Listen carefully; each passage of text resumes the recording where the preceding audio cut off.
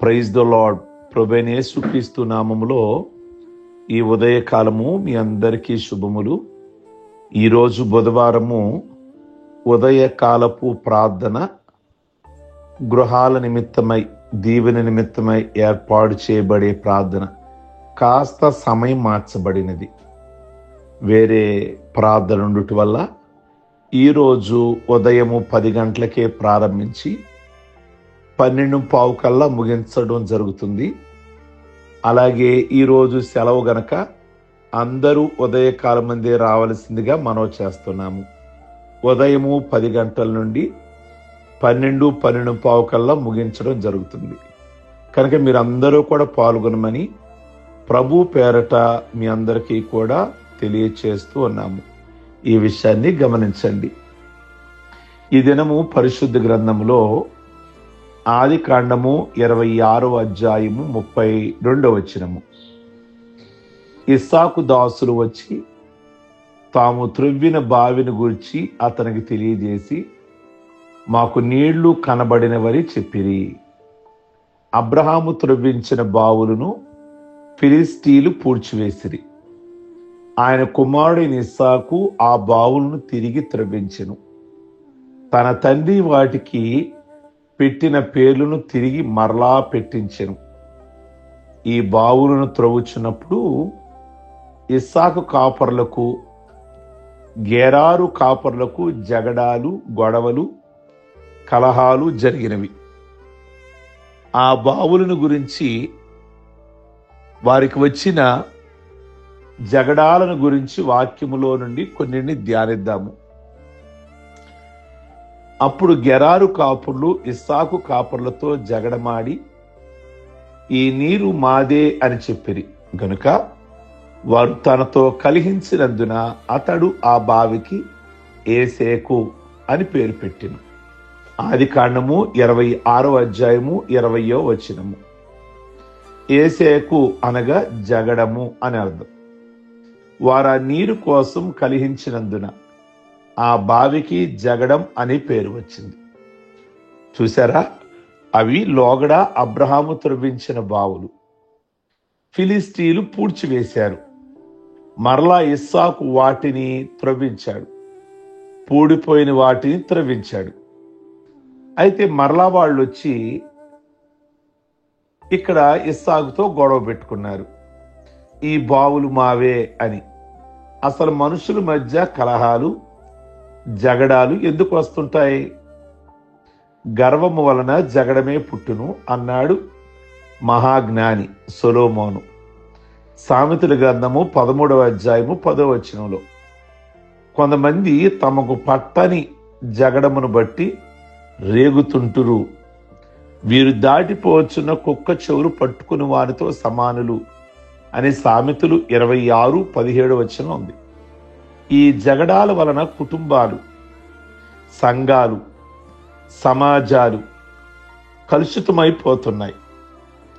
ఎదురు వాదనలు, ఆర్గ్యుమెంట్స్, వితండ వాదనలు, ఒకరిపై ఒకరు చెయ్యి సాధించాలనే పట్టుదలతో కుటుంబాలు చిన్నా భిన్నమైపోతున్నాయి. ప్రాణం విసికించే జగడగొండి దానితో కాపురము చేటు కంటే అరణ్య భూమిలో నివసించుట మేలు అన్నాడు మహాజ్ఞాని అని సొలొమోను. 21వ అధ్యాయము 19వ వచనము సామెతల్లో. తప్పంతా తనలో ఉంచుకొని నా ఉసురు నీకు తగులును అని శారాయి అబ్రాహామును అంది.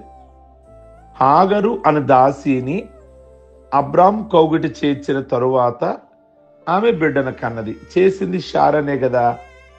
హాగర్నిచ్చింది అబ్రహాముకి శారనే కదా. మరలా నా ఉసురు తగులును అంటుంది. హాగరు కూడా ఈమెను చిన్న చూపు చూచింది. అది సారాయికి కాస్త ఇబ్బందిగా మారింది. ఇక ఏమీ చేయలేక అబ్రహాం మీద విరుచుకుపడింది. ఈ దినాలలో చాలా మంది తెలివి తక్కువ పనులు చేసి కుడుతులో పడ్డ ఎలుకలాగా తన్నుకుంటూ ఎదుటి వారి మీద నెపమును మోపుతూ ఉన్నారు. అబ్రహాం ఎంతో దీనుడు. తన పశువుల కాపర్లకు, లోతు పశువుల కాపర్లకు జగడం లేగినప్పుడు ఎంతో చక్కగా ఆ సమస్యను పరిష్కరించాడు. ప్రియమైన దేవుని బిడలారా, ఇప్పుడు ఇంకా 4 మాటలు ఎగదోసి మంటలు రేపేవారే కానీ చల్లార్చేవారు కనబడటం లేదు. దేవుని బిడలు వారి హావాభావాల ద్వారా గర్వాన్ని ప్రదర్శించి జగడాలు రేపేవారిగా ఉండకూడదు. దేవుని బిడలు జగడమారవారిగా ఉండకూడదు అని 1 తిమోతి 3:1 ఉంది. ఇదిగో ఈయన నా సేవకుడు, ఈయన జగడమాడడు, కేకలు వేయుడు, వీధులలో ఈయన శబ్దం ఎవ్వనికి వినబడదు. మత్తయి సువార్త 12:18 ఈయనకు మనం వారసులము అన్న సత్యాన్ని మనం మరవకూడదు. ఫిలిస్టీలు జగడమాడినందున ఆ బావికి ఏసేకు అని పేరు పెట్టారు. కనుక ప్రియ దేవుని బిడలారా, గొడవలు జగడాలు ఇస్సాకు దూరముగా ఉన్నట్లుగా మనం చూస్తున్నాము. మరలా బావిని త్రవ్వించాడు. వాళ్ళ నాన్న త్రవ్వించిన బావినే గతంలో ఫిలిస్టీలు పూడ్చివేస్తే, సరే ఇందాక త్రవ్వాడు, కష్టపడి త్రవ్వాడు, సామాన్యమైన విషయమా? త్రవ్వడం అంటే గంటలో అయ్యే పనే. బావిని త్రవ్వించడం అంటే వారాలు. ఈ రోజుల్లో లాగా ఆ రోజుల్లో అన్ని పనిముట్లు లేవు ఒక భూమిని త్రవ్వడానికి. ఈరోజు చాలా రకరకాలైనటువంటి పనిముట్లు, రకరకాలైనటువంటివి వచ్చేసాయి. కానీ ఆ రోజుల్లో దాదాపు కొన్ని దినాలు పాటు త్రవ్విస్తే నీళ్లు పడేసరికి గొడవ పెట్టేసుకున్నారు వాళ్ళు. కనుక ఇన్ని రోజుల్లో త్రవ్వించిన బావిని 1 సెకండ్లో వాళ్ళు వచ్చి గొడవ పెట్టుకుంటే అవతల వారితో గొడవ ఎందుకులే అని ఇచ్చేశాడు ఇస్సాకు. సరేనని 2వ బావి దగ్గరికి వచ్చాడట. గతంలో వారు త్రవ్వించిన బావి అయితే వారు మరొక బావి త్రవ్వినప్పుడు దాని కొరకును జగడమాడిది గనక దానికి సిత్నా అని పేరు పెట్టింది. 26:21 సిత్నా అనగా విరోధము అని అర్థము. ఫిలిస్తీలు ఈ 2వ బావిని కూడా అడ్డుకొని ఈ నీరు మాదే అన్నారు. అనగా ఇస్సాకుకు విరోధముగా లేచారు. ఎవరైనా ఒక మంచి పని చేస్తుంటే దానిని ఎలా అడ్డుకోవాలా అని కొంతమంది దుష్ట పన్నాగాలు చేస్తూ ఉంటారు. వీడికి చేయడం చేత కాదు, చేసే వాళ్ళను చేయనివ్వరు.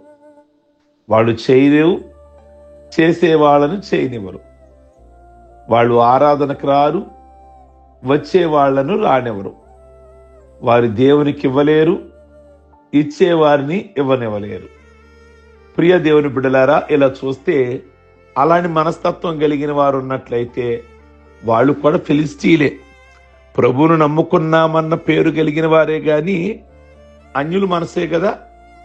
కనుక గమనించండి, నా సేవకుడైన మోషేకి విరోధంగా మాట్లాడడానికి మీరేలా భయపడలేదు అన్నారు ప్రభు.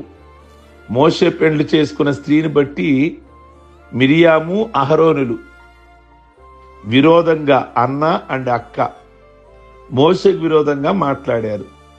దేవుని బిడలకు విరోధంగా లేస్తే దేవుడు ఊరుకుంటాడా? దేవుడే పగ తీర్చుకుంటాడు. వెంటనే మిరియాము కుష్ఠరోగముతో మొత్తాడు. దాతాను, అబీరాము, కోరాహు 250 మంది మోషే వాళ్ళ అన్నైన అహరోనులకు విరోధముగా పోగయ్యారు. యెహోవా దేవుడు వారి మీద తన ఆగ్రహాన్ని చూపించాడు. వారిని, వారి కుటుంబాలను, కోరాహు సంబంధికులందరినీ భూమి తన నోరు తెరిచి మింగివేసింది. వారు సమాజంలో ఉండకుండా నశించారు. అరణ్య యాత్రలో ఎన్నో మార్లు మోషే మీద తిరుగుబాటు చేశారు. ఆయనకి విరోధంగా పోగయ్యారు.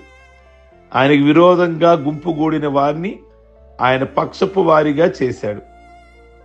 అమాలేకీయులు తమ చేతిని యెహోవా సింహాసనమునకు విరోధంగా ఎత్తారు గనుక యెహోవాకు అమాలేకీయులకు తరతరముల వరకు యుద్ధమనిను. ఏ జాతి గాని, ఏ కుటుంబము గాని, ఏ వ్యక్తి గాని ఆయనకు గాని ఆయన బిడ్డలకు గాని వ్యతిరేకంగా లేస్తారో ఆయనే వారితో యుద్ధం చేస్తాడు. నీకు విరోధంగా రూపింపబడిన ఏ ఆయుధమును వర్ధిల్లదు. ఈ రాతి మీద పడ్డువాడు తునాతునకలైపోతాడు. అది ఎవరి మీద పడునో వాడు నలిగిపోతాడు. అంటే యేసయ్యకి వ్యతిరేకంగా నీవు లేచిన ప్రియమైన దేవుని బిడ్డలారా, ఆయన మీద నువ్వు పడ్డా, ఆయన నీ మీద పడ్డా నీకే నష్టం. కనుక దేవుని బిడ్డలకు విరోధంగా ఉండరాదని ఈ భాగములో మాకు అర్థమవుతుంది. ఫిలిస్తీన్లు మరలా నిరోధించి వారు ఆ బావికి సిత్నా అని పేరు పెట్టారు. గమనించండి, ఉదయకాలమందు నీవు ఇస్సాకులాగా కష్టపడుతున్నావు, కానీ నువ్వు చేసే పనిని చెడగొడుతున్నారా? నువ్వు చేసే దానిని కూలదరుస్తున్నారా? ఈ ఉదయకాలమందు నువ్వు కష్టపడుతున్నావు, కానీ నీ కష్టాన్ని ఫలింపు లేకుండా సాతాడు చెయ్యాలని అనుకుంటున్నాడా? అయితే ప్రభు నీ పక్షాన ఉన్నాడు. నీలో ఎక్కడా విసుగుదల రాని మాకు. నీలో ఓర్పు, నీలో సహనము ఏమాత్రము పోగొట్టుకోకుండా ఒక ఇస్సాకులాగా నిరీక్షణ కలిగిన వాడిగా దేవుని సన్నిధిలో ఉండాలని ప్రభు పేరట తెలియచేస్తున్నాను. ప్రార్థించుకుందాం. సర్వశక్తి కలిగిన మా తండ్రి, మీ కొందనాలు. నిజంగా ఇస్సాకుకి ఇచ్చిన ఓర్పుకై, సహనముకై నిజంగా మీ కొందనాలు. ఇస్సాకు యేసుక్రీస్తుకు పోలికగా ఉన్నాడు. నిజంగా నోరు మెదపలేదు, గొడవకు దిగలేదు, జగడాలు పెట్టుకోలేదు. అంత కష్టపడ్డాడు. ఆ కష్టము ఫలింపు లేకుండా సాతాడు చేస్తున్నాడు. అయినా ఇస్సాకు మీ మీద భారం వేశాడు. నా దేవుడు అన్యాయస్తుడు కాదు. నా దేవుని యందు నేను నిరీక్షణ కలిగి ఉన్నాను. నా ప్రయాసకు నాకు ఆయన ప్రతిఫలం ఇస్తాడని ఈ ఉదయకాలం ముందు ఇస్సాకులాగా ఎవరైతే నాయన ప్రభువా నిరుత్సాహపడకుండా మీ మీద భారం వేసి ముందుకు వెళుతున్నారో వారికి ఎప్పుడూ కూడా మీరు సహాయం చేస్తారని, మీ బిడలకు వ్యతిరేకంగా ప్రభువా ఎవరు లేచినప్పటికీ న్యాయబద్ధంగా ఉన్న వారికి మీరు న్యాయబద్ధంగా సహాయం చేసే దేవుడు అని ఈ ఉదయం మాట్లాడారు. మీకు స్తోత్రం. అలాగే ఈ దినము పెళ్లి రోజులు, పుట్టినరోజులు, రక్షణ పొందిన రోజులు చేసుకుంటున్న బిడ్డలందరినీ దీవిస్తూ ఆయుష్ ఆరోగ్యాలతో నింపి వారి కుటుంబాలలో ఏది ప్రధాన విషయంగా ప్రార్థన చేస్తున్నారో, వివాహమా, లేక వారికి సంతానమా, లేక వారి బిడ్డలకు ఉద్యోగాల, లేక వారి కోర్టు సమస్యల, ఏదో వారు ఏది ప్రార్థిస్తున్నా వారికి త్వరగా జవాబిచ్చి మేలు చేయమని యేసుక్రీస్తు పరిశుద్ధ నామములో అడుగుచున్నాం తండ్రి. ఆమేన్. ఈ వర్తమానం మీకు నచ్చితే ఫార్వర్డ్ చేయండి. అలాగే లైక్ బటన్ నొక్కండి. మీ అభిప్రాయాన్ని వ్యక్తం చేయండి. Okay, God bless you. ప్రభు మిమ్మల్ని దీవించును గాక.